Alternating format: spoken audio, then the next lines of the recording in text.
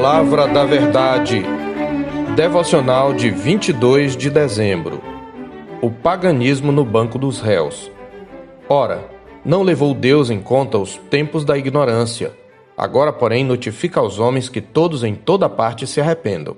Porquanto estabeleceu um dia em que há de julgar o mundo com justiça, por meio de um varão que destinou e acreditou diante de todos, ressuscitando-o dentre os mortos.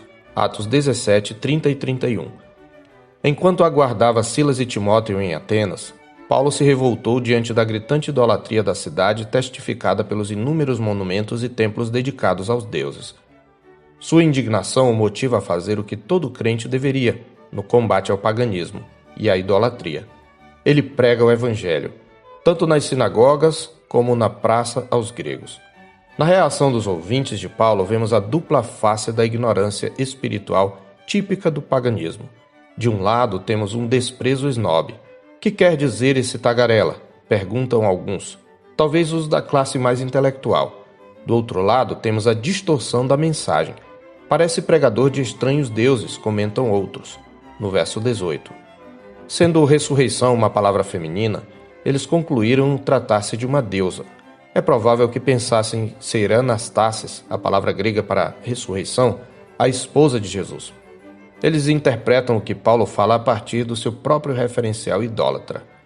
Os filósofos que debatiam com o apóstolo eram de escolas antagônicas, no verso 18. Os epicureus eram materialistas e hedonistas, isto é, sua ênfase era no prazer como valor maior. Eles argumentavam que a realidade era puramente material e que a verdadeira vida consistia em libertar-se da crença nos deuses, mesmo os deuses gregos, da vida por vir e do medo da morte, procurar contentamento, satisfação e prazer ou felicidade, evitando tanto quanto possível a dor e o desconforto. Os epicureus, portanto, zombavam da crença nos deuses, mas erguiam outro ídolo, a felicidade humana como bem supremo. Já os estoicos eram idealistas e espiritualistas ou moralistas. Ao contrário do epicurismo, eles criam numa realidade divina.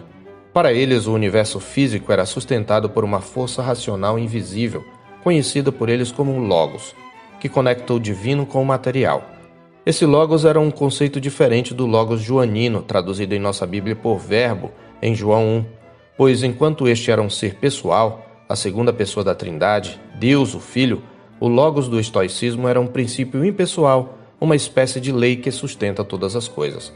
Além disso, Cristo, o Logos do Evangelho de João, era o Criador, distinto e acima de sua criação, enquanto o Logos estoico era parte da realidade criada. Portanto, mesmo que o estoicismo fosse voltado para as coisas da alma, era um sistema de pensamento essencialmente panteísta. Eticamente, os estoicos tentaram viver de acordo com as leis naturais que eles observaram e sistematizaram para construir uma proposta de moralidade. Portanto, criam que o homem era capaz de cumprir essas leis. Ambas as escolas colocam a fé cristã no banco dos réus, nos versos 19 a 21. Eles levam Paulo para o Areópago para ouvir melhor o que ele tinha a dizer. A cena descreve uma experiência real, mas é pintada por Lucas de maneira a transmitir a ideia de um julgamento. A curiosidade do povo quanto à pregação de Paulo tinha como motivação não a verdade, mas apenas ouvir as últimas novidades, como diz o verso 21. Os atenienses gabavam-se de sua sabedoria. Ironicamente, porém, a ignorância e a idolatria deles agora estão no tribunal do Evangelho de Cristo.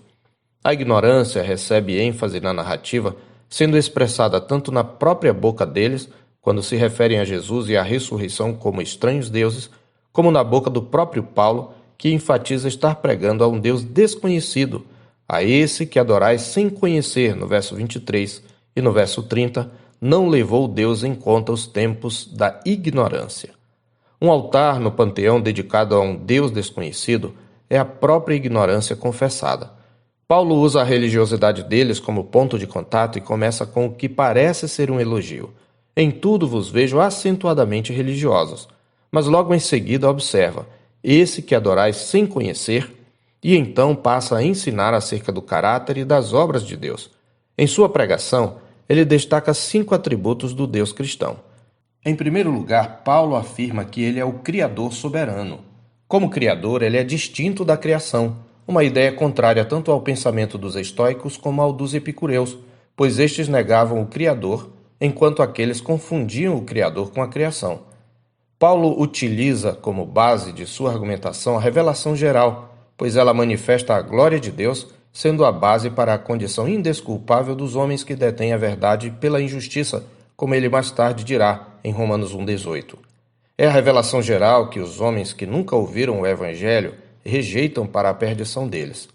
Paulo traz à tona a revelação natural, ressaltando que até mesmo alguns dos poetas e profetas pagãos tinham reconhecido, ainda que tateando, essa existência e caráter divinos. Ele fala isso no verso 27. Aqui o monoteísmo cristão confronta o panteísmo estoico, que confundia o Criador com a criação, e o materialismo epicureu, que negava a divindade. Ele ressalta que a organização ordeira da criação, o cosmos, encontra sua origem num Deus pessoal. Foi ele quem fez o mundo e tudo o que nele existe, sendo ele Senhor do céu e da terra, como ele diz no verso 24. Em segundo lugar, Paulo mostra que Deus é autossuficiente, pois ele não habita em santuário feito por mãos, nem precisa ser servido por mãos humanas. Aqui o apóstolo confronta o povo idólatra. Em terceiro lugar, ele é o Deus da providência. Paulo aqui se utiliza de profetas e poetas estoicos, mas faz correções à filosofia pagã, pois ele apresenta tanto um Deus que é transcendente, como Criador, isto é, separado de sua criação, como também imanente, ou seja, que está presente no mundo e dirige todas as coisas.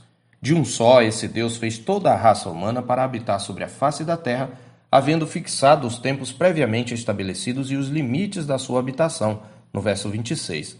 E ele declara ainda no verso 28, pois nele vivemos, nos movemos e existimos. Em quarto lugar, ele é um Deus paciente, e como tal tolerou a ignorância dos homens. Ele diz no verso 30, ora, não levou Deus em conta os tempos de ignorância. Ele tem tolerado uma humanidade idólatra e materialista, e em sua tolerância ainda não destruiu o mundo. Em quinto e último lugar, Paulo afirma que ele é o supremo juiz de vivos e mortos, e como tal ele solenemente notifica aos homens que todos, em toda parte, se arrependam, no verso 30. Todos precisam se arrepender, gregos e bárbaros, sábios e ignorantes, estoicos e epicureus e o povo em geral. Paulo conclui advertindo que o agente do juízo divino, Cristo, teve sua idoneidade vindicada em sua ressurreição, porquanto estabeleceu um dia em que há de julgar o mundo com justiça por meio de um varão que destinou e acreditou diante de todos, ressuscitando-o dentre os mortos, diz ele no verso 31. Paulo menciona então a morte e ressurreição de Cristo como eventos cruciais na história da salvação. A ressurreição era contraditória tanto à ideia epicurista da morte, que punha fim a toda a existência, como à ideia estoica de união com o divino e desprendimento da matéria. Conforme os versos 32 a 34, uns zombam do Evangelho, outros creem. A pregação de Paulo não obteve resultados muito animadores de conversão, mas ele foi fiel à verdade. Isso para nós traz importantes lições para nós cristãos. Em primeiro lugar, não devemos deixar que a sanha por resultados nos leve a adulterar a mensagem para agradar e atrair os ouvintes. Não foi o que Paulo fez. Ele apontou o canhão do Evangelho diretamente para o coração de uma cosmovisão idólatra e expôs a ignorância dos sábios deste século. Também não devemos medir o sucesso pelo número de conversões. Em segundo lugar, devemos observar que, embora Paulo fosse colocado no banco dos réus, sua maior preocupação não foi se defender, mas pregar o Evangelho de Cristo. Se nós cremos que nele nós vivemos, nos movemos e existimos, que ele escreve a história, que nós somos atores operando num palco cujo script pertence a Deus, devemos dar à pregação do Evangelho o lugar central que ela tem no plano redentor de Deus.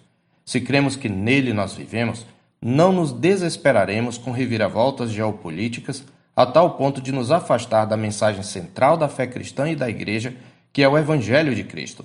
Quando a Escritura nos exorta a estar sempre prontos a responder à razão da esperança que há em nós, ela pressupõe que os ímpios estranharão não apenas nosso comportamento, mas também nosso discurso. Se nós pregarmos o Evangelho fielmente, nossa mensagem será submetida a julgamento. Mas seja no caso de sermos esnobados e desprezados, seja no caso de sermos mal interpretados, longe de nos levar a abandonar o testemunho, isso deve nos motivar a intensificá-lo e aprofundá-lo. Eu sou o pastor Marcos Augusto, pastor da Terceira Igreja Presbiteriana de Boa Vista, em Roraima. Tenha um bom dia na paz do Senhor Jesus.